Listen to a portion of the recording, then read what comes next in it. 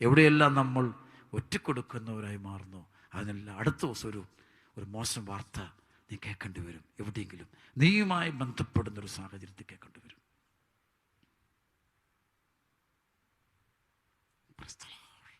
അവിടെതാണ് ദുഷ്ടന്റെ ഹൃദയം, അസൂയ നിറഞ്ഞ ഹൃദയം, പക നിറഞ്ഞ ഹൃദയം, വിദ്വേഷം നിറഞ്ഞ ഹൃദയം, ഫ്രസ്ട്രേഷൻ നിറഞ്ഞ ഹൃദയം.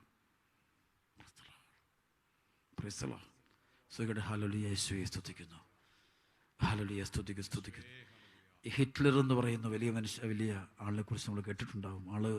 ഒരുപാട് ആളുകളെ കൊന്നൊടുക്കിയ ചരിത്രങ്ങളെല്ലാം നിങ്ങൾ കേട്ടിട്ടുള്ളതാണ്. ജർമ്മനിയുടെ സംഭവങ്ങളും ഈ തടങ്കൽ പാളയങ്ങളും ഭയങ്കര ദുരന്തങ്ങളുടെ സംഭവം മുഴുവൻ നമുക്കറിയാവുന്ന ചരിത്രമല്ലേ. എന്തുകൊണ്ടാണ് ഇവൻ ഇതുപോലെ തെന്മ ചെയ്തതെന്ന് പറയുമ്പോൾ അവൻ്റെ ബാല്യകാലത്തിൽ സ്വന്തം മാതാപിതാക്കളാൽ തിരസ്കരിക്കപ്പെട്ടതിൻ്റെ പകയും വെറുപ്പുമായിരുന്നു എന്നാണ് ചില ആളുകൾ പറയാറുണ്ട്. അത് ഉള്ളിക്കടന്നുകൊണ്ട് പിന്നെ അതൊരു വിദ്വേഷത്തിൻ്റെ കൊടുങ്കാറ്റായിട്ട് മാറി.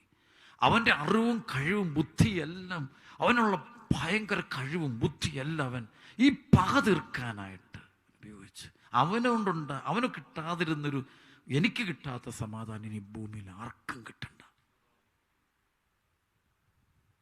എനിക്ക് കിട്ടാത്തൊരു സമാധാനം ഈ ഭൂമിയിൽ ഉണ്ടാകരുത്, അതിനവൻ ബുദ്ധിപൂർവ്വം നീങ്ങുന്ന കാണാൻ പറ്റും.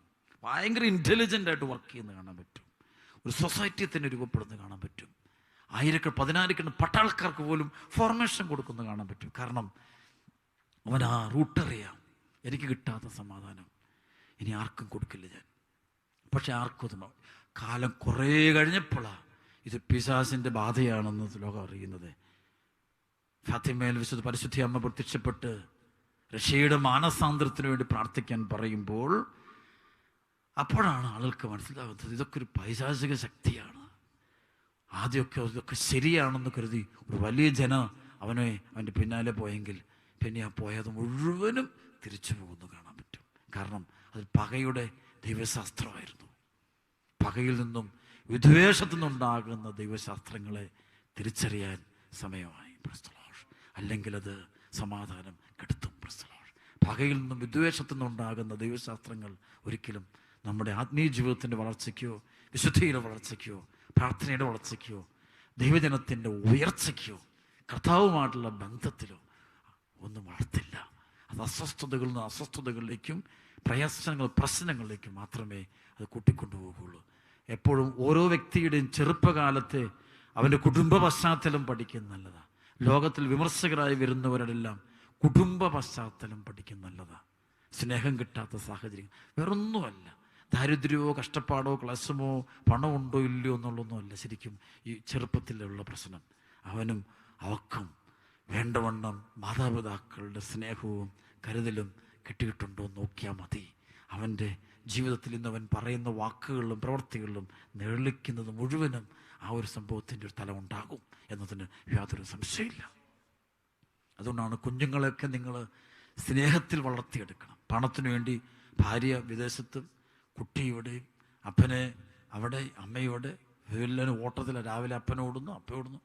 ഇത് മാത്രം സ്നേഹം കൊടുക്കാൻ നേരം പണം കൊടുക്കും. വേണമെങ്കിൽ ഒരു ലോഡ് പണം കൊണ്ടുപോയി കൊച്ചിൻ്റെ വീട്ടിൽ കൊണ്ട് വെച്ച് കൊടുക്കും. ഇഷ്ടമുള്ള ബർത്ത്ഡേക്ക് ഇഷ്ടമുള്ള സാധനം എല്ലാം കൊണ്ട് കൊടുക്കും. പക്ഷെ സ്നേഹം മാത്രം കൊടുക്കില്ല. സ്നേഹം കൊടുക്കുന്നത് പണത്തിലൂടെയൊന്നുമല്ല, നമ്മുടെ സാന്നിധ്യമാണ്. ഒരാളെ സ്നേഹിക്കുന്നതിന് ഏറ്റവും വലിയ അടയാളം ആ വ്യക്തിയുടെ കൂടെ ആയിരിക്കലാണ്. അല്ലാതെ സ്നേഹിച്ചു എന്നൊരിക്കലും പറയാൻ പറ്റില്ല.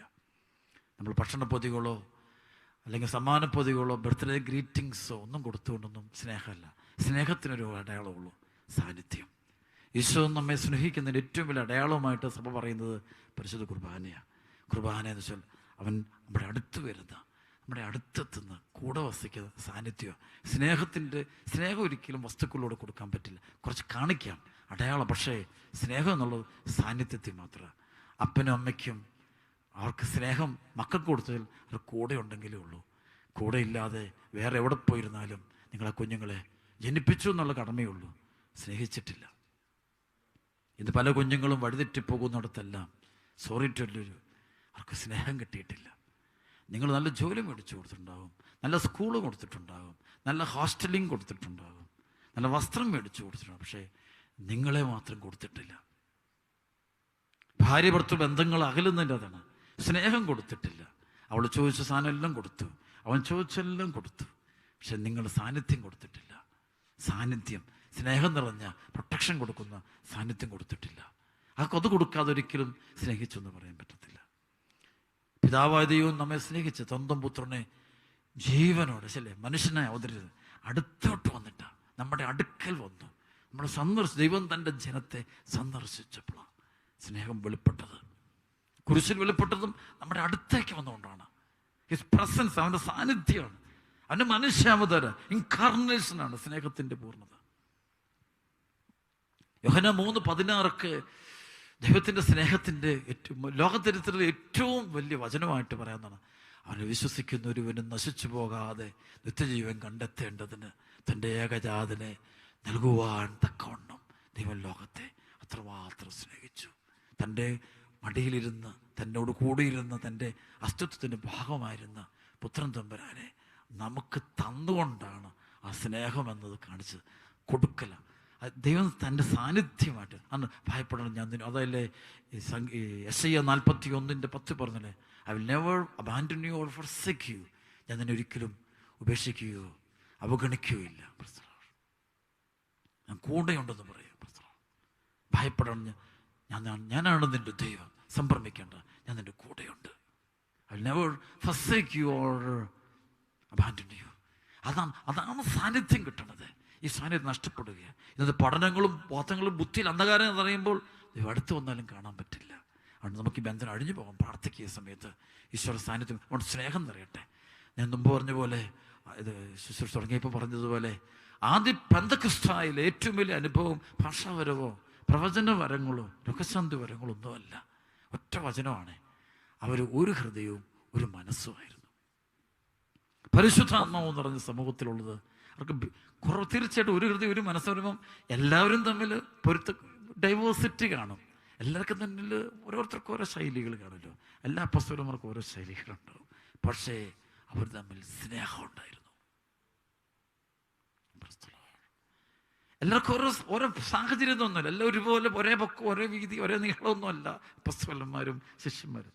എല്ലാവർക്കും ഓരോ തരത്തിൽ ഓരോ പ്രായം ഓരോ ശൈലി പക്ഷേ സ്നേഹം ഉണ്ടായിരുന്നു.